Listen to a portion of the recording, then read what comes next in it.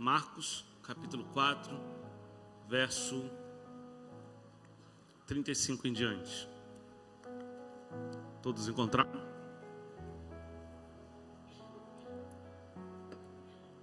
Amém, gente? Olha para essa pessoa linda que está do seu lado e fala para ela assim: nós vamos chegar do outro lado. Você pode olhar para o outro lado e diga assim: nós vamos chegar do outro lado.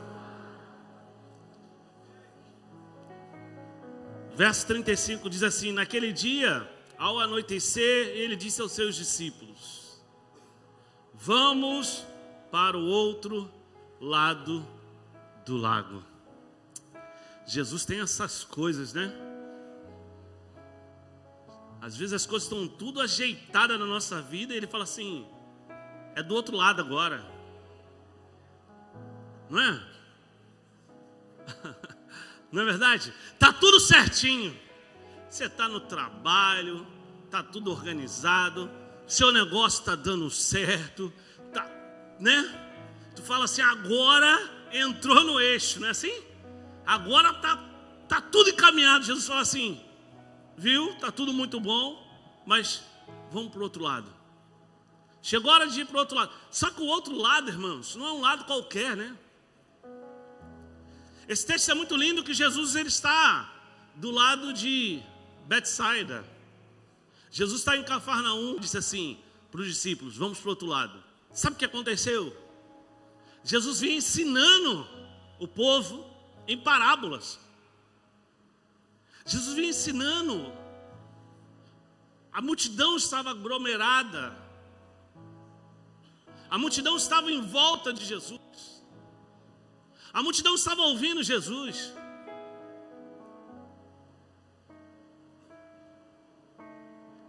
Jesus estava com seus discípulos numa região que eles conheciam, numa região que eles estavam acostumados, no lugar onde eles tinham controle, sabe? Nós gostamos de estar nos lugares que nós temos o controle, não é assim? Nós gostamos de estar em situações que nós temos o controle, não é verdade? Quem não gosta? Quando você sabe exatamente o que fazer, é maravilhoso, né? Vem uma situação adversa, por mais difícil que ela seja, você sabe como fazer. E isso te dá uma autossuficiência, né? Não é assim? Você diz: ah, eu sei como fazer. Você nem ora. Você nem busca a Deus para resolver alguns problemas que você está acostumado a enfrentá-lo. E Jesus ele vem quebrar tudo isso, vem bagunçar a tua vida. Como ele bagunçou a vida do discípulo. Eles começam ali na margem do mar da Galileia, separando, escolhendo. Ele escolhe os seus discípulos, ele começa a escolher os seus discípulos. E agora ele começa a treinar os seus discípulos, ele começa a equipar os seus discípulos. E como ele vai equipando os seus discípulos? Ele vai equipando os seus discípulos a cada experiência que eles vão vivendo com eles. Eu imagino que Jesus estava dizendo, em outras palavras: olha como se dá vista ao cego. Cuspiu no chão, deu uma pá e laput.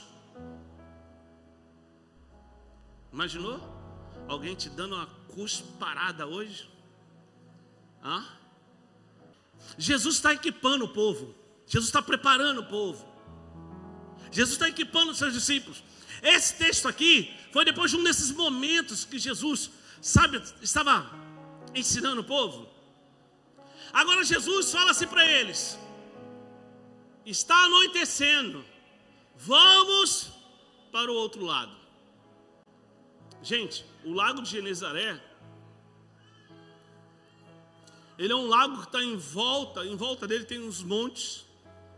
Ele é baixo.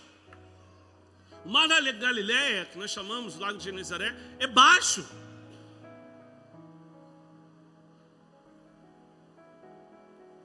De repente, Jesus muda o quadro. Jesus muda a trajetória. Eu imagino que eles pensaram o seguinte: agora, depois de Jesus ter nos ensinado essas coisas, nós vamos para onde? Para Cafarnaum, era onde Jesus se recolhia, era a base de Jesus, a casa da sogra de Pedro. Mas Jesus diz assim: agora vai ser diferente. Está vendo essa multidão? Deixa essa multidão e vamos atravessar para o outro lado. Mas calma aí, Jesus, fazer o que do outro lado?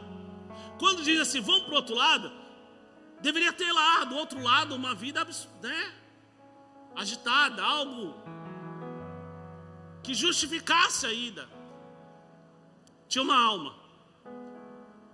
E Jesus queria mostrar para os seus discípulos que uma alma era importante. O outro lado que Jesus estava falando era Gadara. Era a cidade do gadareno, do endemoniado. Só que eles não sabiam. Olha para o seu irmão e diga assim: existem coisas que o Senhor não vai te mostrar. Eles entram no barco. Continua o texto. Deixaram a multidão e eles entraram no barco. Verso 36. Deixando a multidão, eles os levaram no barco assim como estava. Outros barcos também o acompanhavam. Levantou-se um forte vendaval e as ondas se lançavam sobre o barco, de forma que começou a encher de água. Jesus estava na popa, fazendo o quê? Dormindo. Eu adoro. O mundo está desabando e está, né? Não é assim que parece com a nossa vida?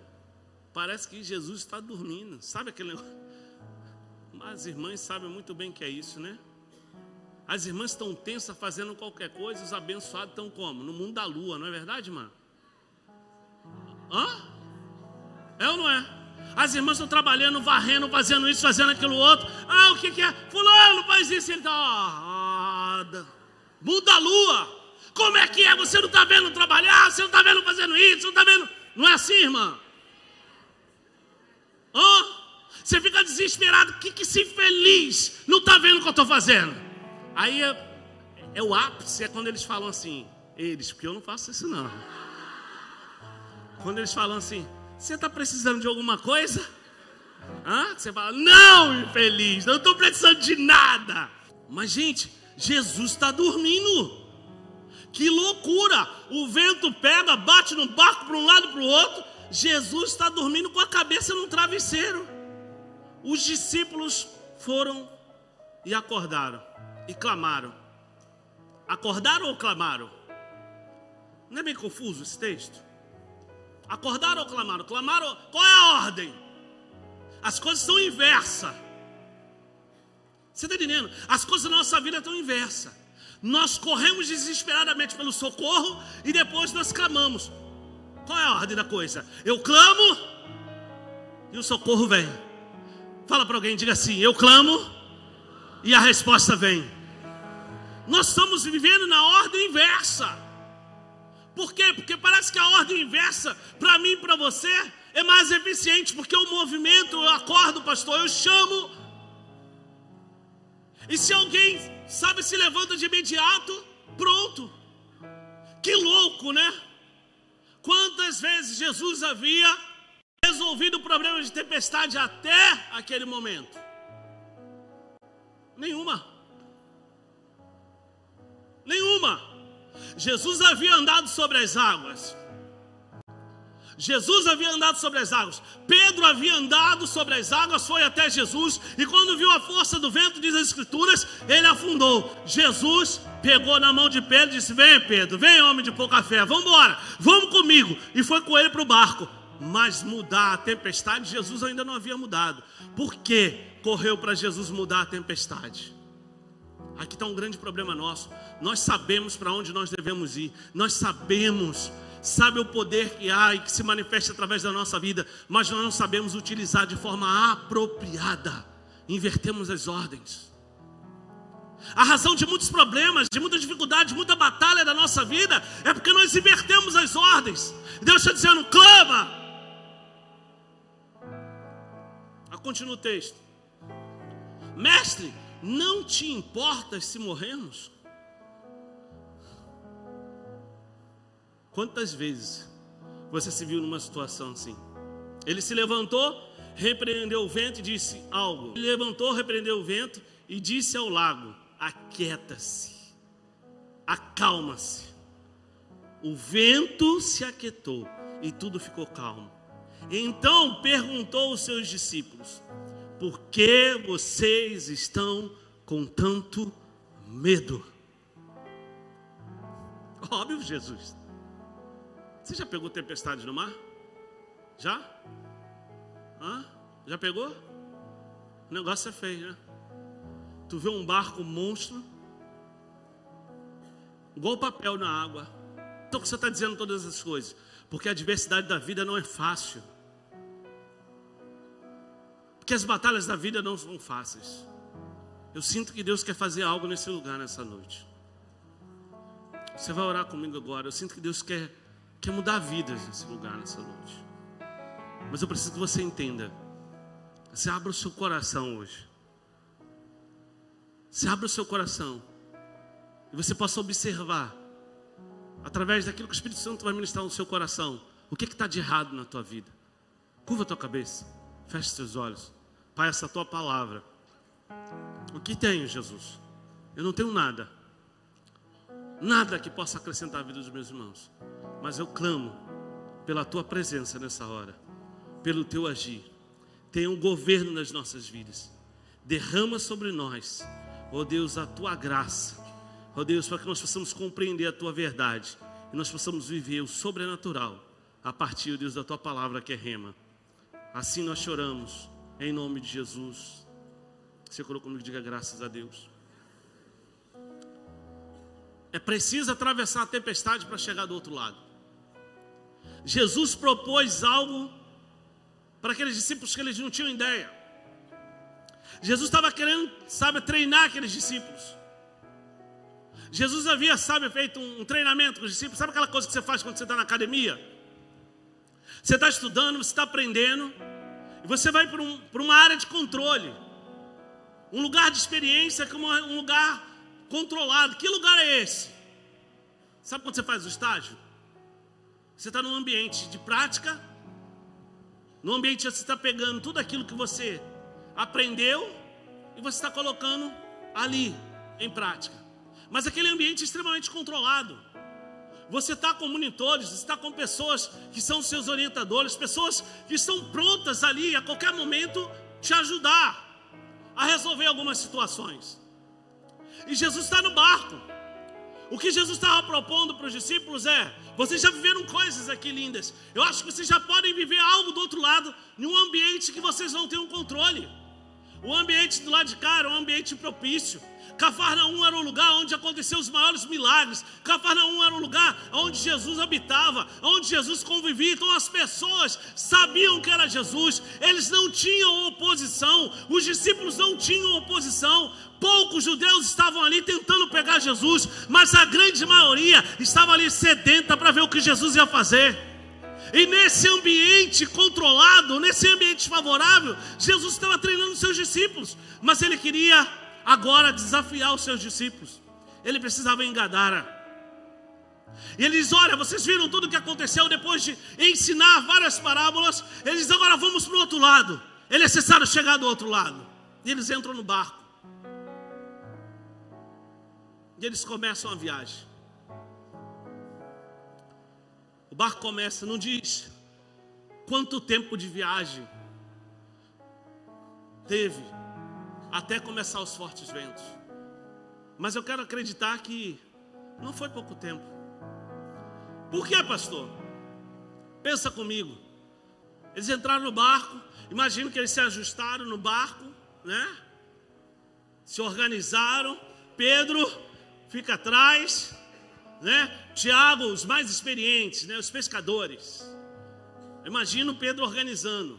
Ó, você senta aqui, eu sento do lado de cá, né? Você vai aí no bico do barco, porque está escurecendo, e você vai nos orientando, e eu vou aqui atrás orientando os remadores, aqueles que vão. Não tinha motor no barco. Então os discípulos precisavam se esforçar, precisavam colocar as suas energias para o barco se mover. E o barco começou a se mover. Quantas vezes a nossa vida começa a se mover e a gente não tem ideia da tempestade que a gente vai enfrentar? Quantas vezes você começa a organizar a sua vida, você ajusta o seu barco, você fala, uau, agora vai funcionar. Você começa a mover, você sai da inércia. Pastor, o que é isso? Torna-se mais simples. Sabe, é o teu negócio que você começou a organizar, estava parado, não estava funcionando, e você começa a organizar, você procura, né, os seus principais fornecedores, você procura os principais clientes, você organiza, você dá uma repaginada e as coisas começam a andar, né? Você empurra o barco, né? Você sai, empurra o barco, entra correndo no barco, porque é isso que eles faziam. Porque não haviam cais, não haviam portos dessa forma. E aí ele entra no barco e o barco começa a ir. E de repente, meu irmão, quando o seu barco começou a andar, você fala assim, agora vai. Começa a ajustar. Alguns entram numa zona de conforto. Jesus começou a mimir. Fala para ele assim, Jesus estava mimindo. Fala para ele assim, no tempo difícil, tenha paz para dormir. Difícil, né? Jesus está ali se organizando, eles se organizaram, o barco começa a sair, Jesus deita e dorme. Ele tinha travesseiro, irmão. Jesus sabia que a viagem ia ser longa. Você não sabe o tamanho da tua viagem, o tempo de duração da tua viagem, as lutas que você vai encontrar na tua viagem, mas Ele tem um controle de todas elas, e por isso Ele está deitado, dormindo. Você entendeu isso? Jesus começa, o barco vai, ele começa a atravessar o barco. De repente vem uma forte tempestade. Ventos fortes dão contra aquele barco. Começam, sabe, o quadro mudar, a tempestade começa a mudar aquele quadro de paz, de alegria talvez, que eles estavam contando o que eles haviam vivido lá na margem. Agora muda e dá um lugar à aflição, dá lugar à angústia. A nossa vida vira da noite por dia, não é verdade? Algumas coisas da nossa vida acontecem da noite por dia. Você está muito bem, de repente vem algo e vira tudo. Está tudo muito tranquilo, de repente vem algo e vira tudo. Mas Jesus está no barco com você. Jesus está no barco com você. Mas é difícil a gente entender que Jesus está no barco conosco, mesmo com tudo desabando sobre a nossa cabeça. Nós começamos a ponderar, começamos a questionar Deus. Como é que Deus está comigo? Como é que Deus está me abençoando? Como é que Deus está fazendo? Porque tantas coisas estão me acontecendo. Quantos problemas eu estou vivendo? Quantas lutas, quantas batalhas. Sabe, olha como o inferno está prevalecendo contra a minha vida. Olha como as coisas estão acontecendo na minha casa. Olha como os meus filhos estão. Olha como está o meu esposo. Olha como está a minha esposa. Olha como são os meus negócios. Olha como está a minha vida. E parece que Jesus está indiferente. Parece que Jesus não está nem aí. Quantos foram os momentos da sua vida, meu irmão, que você se sentiu exatamente como aqueles discípulos, que está procurando Jesus, está dizendo, ei Jesus, tu não se importa com o que está acontecendo comigo? Tempestades nos faz esquecer quem está no barco conosco. E o barco segue. Os discípulos acordam Jesus. Eles acordam Jesus desesperadamente. Eles, sabe, eu imagino que eles sacudiram Jesus. Eu imagino quando eles acordaram Jesus, Jesus deve ter perguntado para eles, já chegamos do outro lado? Já chegamos do outro lado? Eles, não Jesus, o barco está enchendo. Escuta isso, que isso é poderoso para a tua vida. Presta atenção. As escrituras, elas são assim. João vai dizer, presta atenção. João vai dizer que era impossível relatar todos os feitos de Jesus, porque não haveria livro que seria capaz de registrar todos os feitos de Jesus. Pastor, onde você está querendo dizer com isso? As escrituras trazem para você algo que aconteceu muito superficial. Existe algo mais profundo que Deus quer que você mergulhe para você entender. Olha o que acontece nesse texto. O texto que você leu comigo diz que as águas começaram a entrar no barco. Foi isso? Amém? Amém, gente? As águas começaram a entrar no barco. E porque as águas começaram a entrar no barco, o que aconteceu? Eles ficaram o quê?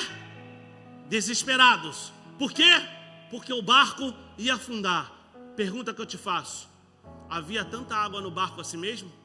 Se Jesus estava deitado no fundo do barco, por que as águas não acordaram Jesus? Pastor, eu não estou entendendo onde você quer chegar. Deixa eu te dizer uma coisa: o diabo potencializa a tempestade na sua mente, porque ele sabe que a tempestade não pode te vencer, mas o seu medo pode te paralisar. Você entendeu isso?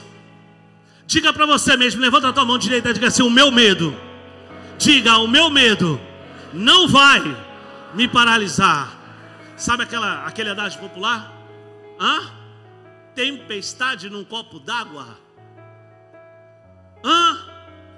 O diabo faz você fazer uma tempestade num copo d'água. Tinha tanta água assim? As águas cobriram Jesus e Jesus dormiu dentro das águas? Irmãos, não tinha água suficiente para produzir o desespero que tomou conta do coração dos discípulos. Eu quero te dizer uma coisa: a Bíblia diz que o nosso inimigo anda como um leão rugindo para tragar a quem possa. Ele não pode tragar a sua vida, ele não pode contra a sua vida. Ele pode fazer muito barulho, é um fanfarrão, mas ele não pode contra você, porque quem te chamou, quem te escolheu, quem te separou é o Senhor que acalma a tempestade, é o soberano que está contigo, e ninguém pode contra a tua vida. Chega de se assustar com os barulhos do inferno. Deixa eu te dizer uma coisa: não se assuste com o barulho do inferno, não se assuste com o som que ele quer produzir no teu ouvido. Saiba de uma coisa: a presença de Jesus é contigo, ele está no barco com você e ninguém pode contra a tua vida. Eu queria falar sobre 3 erros que aconteceram no barco, que você não pode cometer na tua vida. Pastor, quais foram os erros do barco? Quais foram os erros do barco? Porque houve erros no barco. Porque, irmãos, quando a gente pensa como Jesus respondeu aos discípulos, houve erro no barco.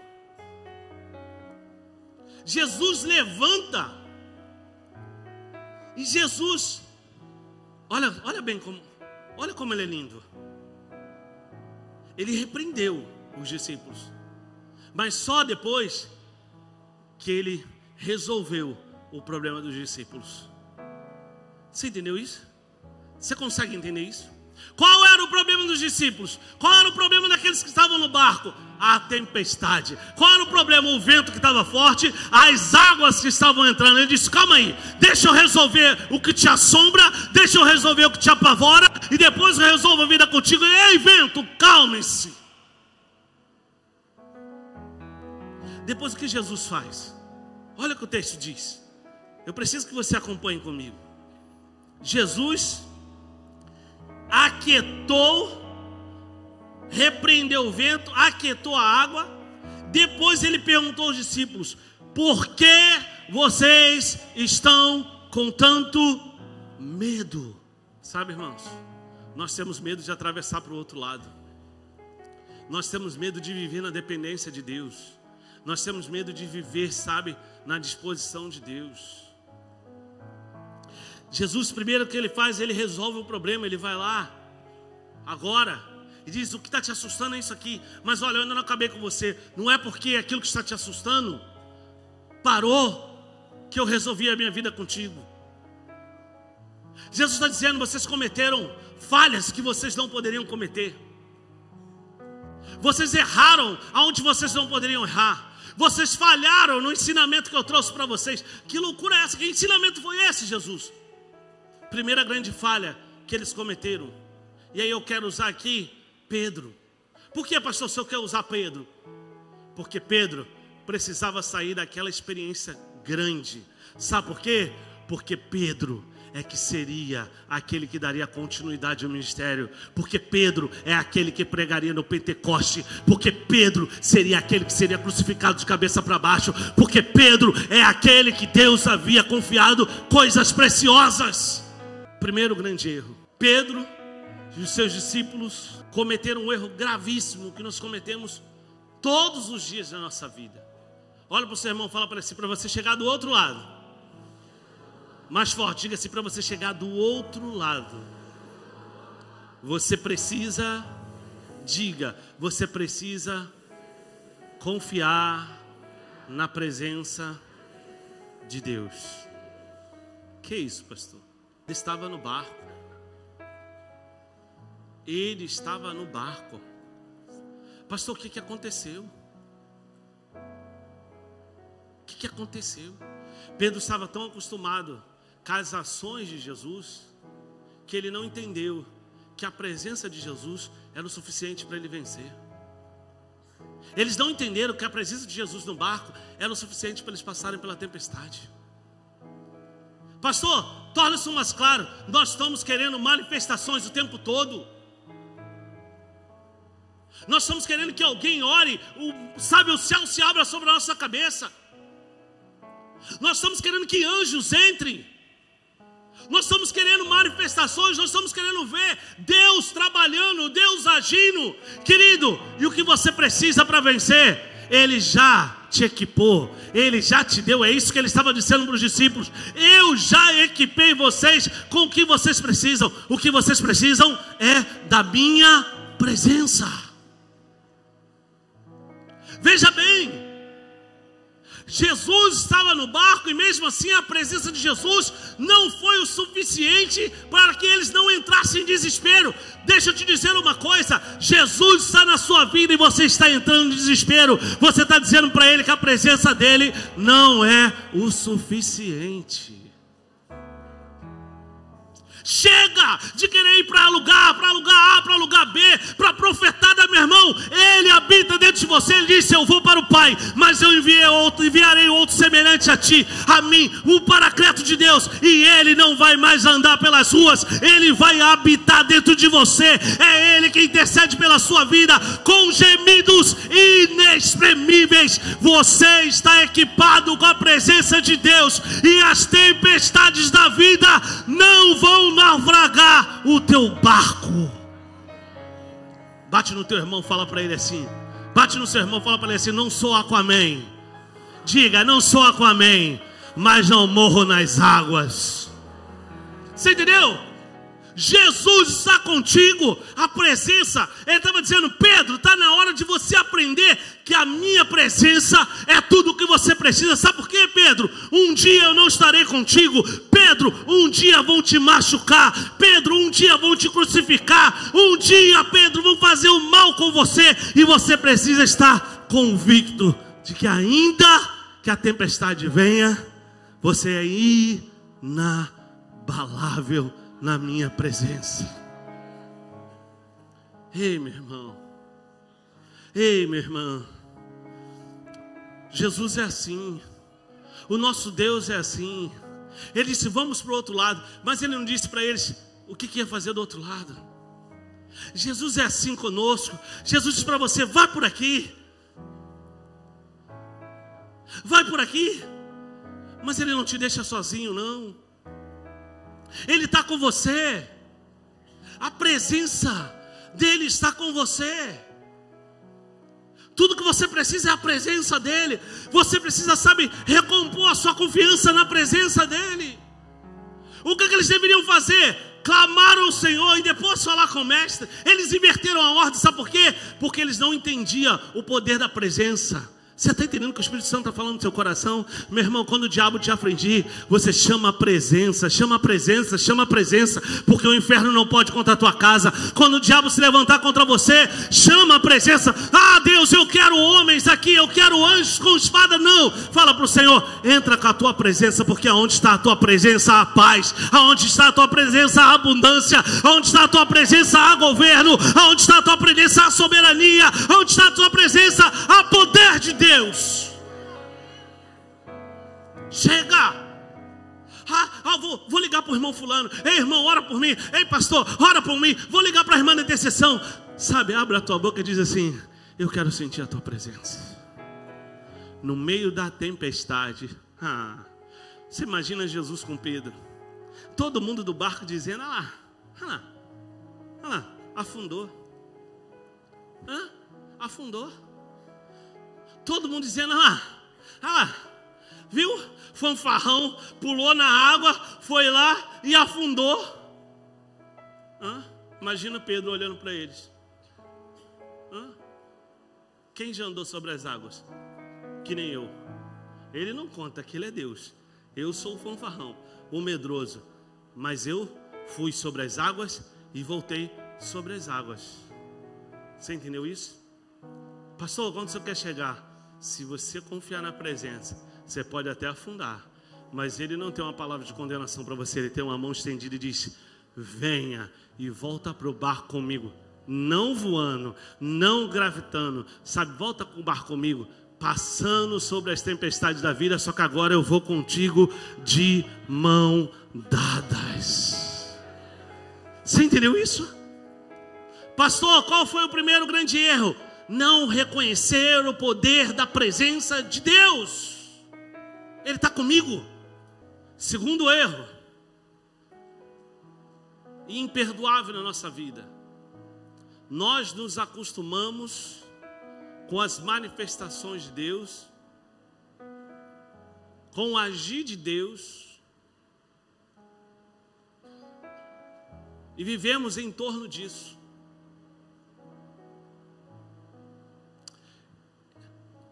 Horas antes, Jesus estava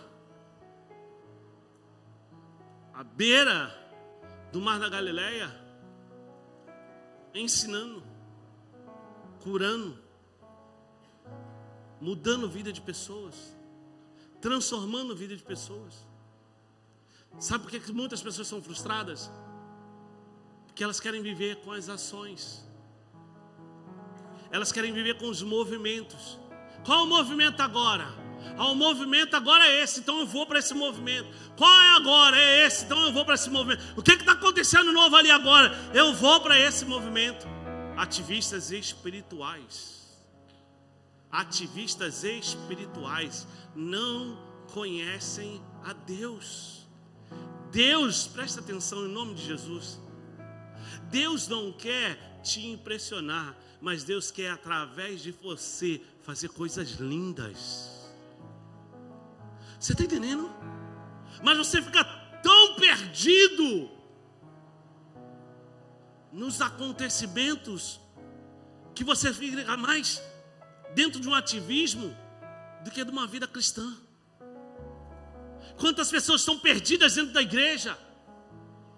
Quantos de nós estamos perdidos dentro da igreja, achando que igreja é trabalhar, achando que igreja, sabe, é fazer, cumprir agenda. Irmãos, você não veio a esse lugar cumprir uma agenda, você não veio a esse lugar, sabe, cumprir uma escala. Eu quero te dizer uma coisa: você veio a esse lugar servir ao Senhor, você veio a esse lugar buscar o Senhor, você veio a esse lugar se relacionar com o Senhor. Se as suas motivações são diferentes dessa, está tudo errado. Você não vai se manter de pé no dia da adversidade. Quando o vento bater no teu barco, se você vive pelas experiências que você viu aos seus olhos, você não saberá chamar à existência as coisas que não existem. Você não saberá chamar o governo de Deus no momento mais adverso da sua vida.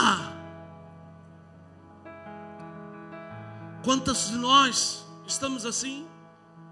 Quantos estão na igreja? Não, eu preciso, olha, hoje eu tenho que estar lá 6:30, porque hoje eu tenho um compromisso. Não, eu preciso fazer assim, eu preciso fazer assado. Eu não estou aqui ignorando as nossas responsabilidades, mas eu quero te dizer uma coisa: você não está aqui porque você precisa de uma porta. Se você está aqui, desculpa, porque uma porta está fechada, você está no lugar errado. Se você está aqui porque você precisa da cura de um câncer, pastor, mas não é na igreja que eu preciso buscar. Sim, mas se essa é a motivação do seu coração, você está no lugar errado. Mas se você está nesse lugar buscando a conhecer a Deus, a se envolver com Ele, eu quero te dizer: portas vão se abrir, câncer vão embora, milagres vão acontecer. Milagres vão acontecer. Fala para o seu irmão assim: há o Espírito de Deus nesse lugar. Diga assim: o Espírito de Deus está nesse lugar. Terceiro grande erro. Você já prestou atenção que nós nunca nos sentimos preparados? Nós nunca nos sentimos prontos? Nunca nos sentimos prontos? Quando você percebe que você está pronto? Quando você é testado. Mas quando você é testado num ambiente seguro, sendo orientado? Não. Quando você é obrigado a tomar suas decisões sozinho. Sabe o que o Pedro errou? Sabe o que aqueles discípulos erraram? E você não pode errar? É que eles já tinham o suficiente para enfrentar a tempestade.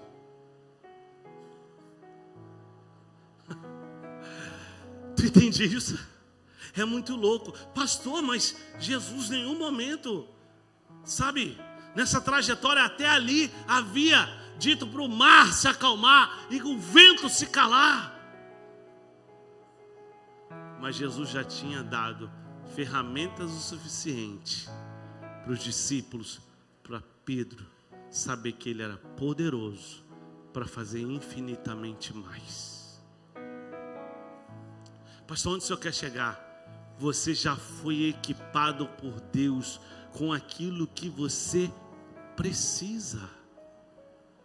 Chega de ficar correndo atrás. Olha o que Deus já colocou dentro de você. Deus já te equipou.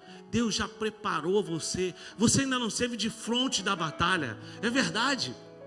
Mas todos nós precisamos de um adversário, de uma tempestade que possa nos promover. Golias foi a chave, foi a senha da promoção de Davi. Querido, a tempestade era para promover aqueles discípulos. Quando eles chegaram do outro lado, eles entenderam. Do outro lado, Jesus fez apenas uma coisa. Ele toca em Gadara. O endemoniado vem, se prostra diante dele. Que loucura! Aqueles que estavam no barco não reconheciam o poder da presença de Jesus. Mas quando Jesus toca do outro lado da margem, em Gadara, o endemoniado sabe quem é Jesus, e ele se prostra, ele diz: o que eu posso? O que o Senhor veio fazer aqui? Eu posso me lançar nos porcos, eu posso sair, eu rogo. O inferno sabe que Jesus te equipou com o que você precisa para avançar. O que falta hoje é você reconhecer que você já tem tudo que Deus colocou dentro de você para você avançar. Pastor, precisa de tempestade? Precisa. Você precisa estar pronto. A tempestade, ela é um instrumento habilitador. O desafio é um instrumento habilitador. É aquilo que vem te habilitar, que vem chancelar a sua vida e dizer: agora você está pronto, vai para a batalha. Agora você está preparado, vá para a batalha. Eles não entendiam, eles não sabiam, mas Jesus sabia que ele seria preso, que ele seria morto, e que eles precisariam de um dia em diante andar, caminhar sem ele. Querido, Jesus está te dizendo nessa noite: você vai precisar caminhar em lugares que você não tem o controle. Você vai precisar enfrentar situações que não estavam nos seus planos. Mas uma coisa você tenha no seu coração: você já foi equipado pelo céu para vencer todas as batalhas da tua vida. Chega de permitir que o medo te paralise. Quantos crentes vivendo nos nossos dias com síndrome de pânico? E eu não espiritualizo tudo não, gente. Mas querido, chama a presença de Deus. Olha para aquilo que Ele colocou na tua vida, Ele te equipou para vencer o mal. O diabo pode até bater o pé, mas querido, ele não pode te tragar. Seja aquele que Pedro depois vai dizer: Ele procura a quem possa tragar. Eu serei aquele que Ele não vai tragar. Eu serei aquele que vai avançar. Eu serei aquele que não vai naufragar. Eu serei aquele que vai viver coisas extraordinárias de Deus. Seja aquele que o inferno não pode parar. Pastor, eu queria muito estar nesse lugar, mas eu não sei como. Escuta o que eu vou lhe dizer. Ei, Bachuri, canta lá, mano. Escuta o que eu vou dizer, que o Espírito Santo está falando agora. Escuta o que eu vou te dizer. Eles podem roubar a tua túnica, eles podem pegar as tuas vestes, eles podem roubar tudo que você tem, mas eles não podem tocar em você, porque não é sobre o que você tem, não é sobre o que eles veem, mas é sobre uma palavra que está sobre a tua vida. Você é um escolhido de Deus e ninguém pode mudar isso. Eles não podem sentar na cadeira que Ele separou para você. Sabe por quê? Porque foi o céu que separou para você. Eles vão manchar a tua vida, eles vão manchar a tua história, eles vão tentar apagar o seu nome, mas ninguém pode te levar para o ostracismo. Sabe por quê? Porque um dia o Senhor vai acordar um rei da terra para dizer: vá atrás do meu filho. Eles foram atrás de José, eles foram atrás de Mefibosete. Levanta a tua mão direita e diga assim: eu não sou um cão morto. Diga: eu não sou um cão morto. Mais forte, diga assim: eu não sou um cão morto. Diga assim: eu vou chegar. Diga: eu vou chegar do outro lado. Diga: eu vou cumprir o que Deus tem para minha vida. Ninguém pode roubar a tua dignidade. Ninguém pode roubar. Eles lançaram José numa caverna. Eles pegaram aquilo que eles acreditavam que fazia de José diferente. Sabe, o pai de José deu uma capa, o pai de José deu uma túnica para José. Diz as escrituras que era uma túnica colorida. E eles achavam que aquilo que fazia José diferente. As pessoas acham que aquilo que está à vista, que todo mundo quer, é o diferente. Eles não sabem que Deus escolheu o teu coração, que Deus escolheu você. E eles não suportam a ideia de que você é alguém que Deus separou para governo, que você é alguém que Deus separou para comando. Eles não entendem que você está nesse lugar é porque o teu coração é diferente. E eles acham que aquilo que eles podem tocar, aquilo que eles podem manchar, aquilo que eles podem roubar, se eles pegarem aquilo, eles vão roubar a tua identidade. Ninguém consegue roubar a tua identidade. Ninguém consegue roubar o que Ele colocou dentro de você. Ninguém consegue tirar. Você pode estar até enfrentando dias difíceis. Eles podem até estar, celebrando a sua derrota, a sua morte. Mas eu quero te dizer uma coisa: você vai ressurgir, porque Ele é Deus na tua vida. Eles acharam que se levasse a arca, eles comandariam o Deus da arca. Eles acharam que se eles recuperassem a arca, tirassem a arca do povo de Deus, eles seriam o povo mais vencedor. Você está entendendo isso? Em nome de Jesus, você está entendendo o que o Espírito Santo está falando com você? O que está sobre a sua vida é sobre a sua vida. E ninguém pode. Ninguém pode. O que Deus te deu é inexplicável. Ninguém pode. O que está sobre a sua vida, ninguém pode. Ah, mas eu vou roubar o que ele tem. Ah, eu vou pegar o que ele tem. Leva. Eles levaram a arca e diz que a arca ficou e destruiu todo lugar. Eles entenderam que eles não podiam ficar com a arca. Eles disseram: olha, leva a arca embora. Diz as escrituras que a arca ficou na casa de Obed-edom. E o período que ela ficou na casa de Obed-edom, a casa de Obed-edom prosperou. Quero te dizer uma coisa: a presença é tudo o que você precisa.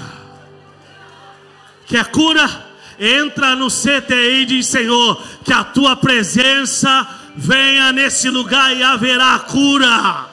Quer milagre? Diga que venha a tua presença e haverá milagres, porque aonde Jesus passou, o quadro foi transformado. Nunca foi o mesmo. Nunca mais. Nunca mais. Mas batalhas, lutas afugentam a nossa alma. Lutas às vezes são desleais demais. E é humano. Não tem nada de demoníaco nisso não. Pensar em desistir é mais fácil desistir. É mais fácil jogar a toalha. É mais fácil chutar o balde. Mas não desista do que Deus tem. Talvez você tenha uma luta no seu interior muito grande. Batalhas muito grandes. Você tem medo de não ser aceito. Você tem medo que as pessoas descubram os seus medos, aquilo que te assombra. Deixa eu te dizer uma coisa: você não precisa de aprovação de ninguém. Você não precisa que ninguém diga para você o quanto você é capaz, ou o quanto você é poderoso, ou o quanto Deus quer fazer através da sua vida. Eles podem até te lançar num lugar de esquecimento, mas o Senhor dos céus, que escreveu a tua história, esse jamais esquecerá de você. Ainda que uma mãe se esqueça do seu filho, diz o Senhor que Ele jamais se esqueceria de mim e de você. Chegar do outro lado é viver as tuas promessas. Chegar do outro lado é atravessar as barreiras, as batalhas. Deixa eu te dizer uma coisa: nunca se esqueça, Deus é bom. O que Ele fez antes de qualquer coisa foi: o que está afligindo os meus filhos? Ele resolveu o problema e depois Ele foi falar com eles.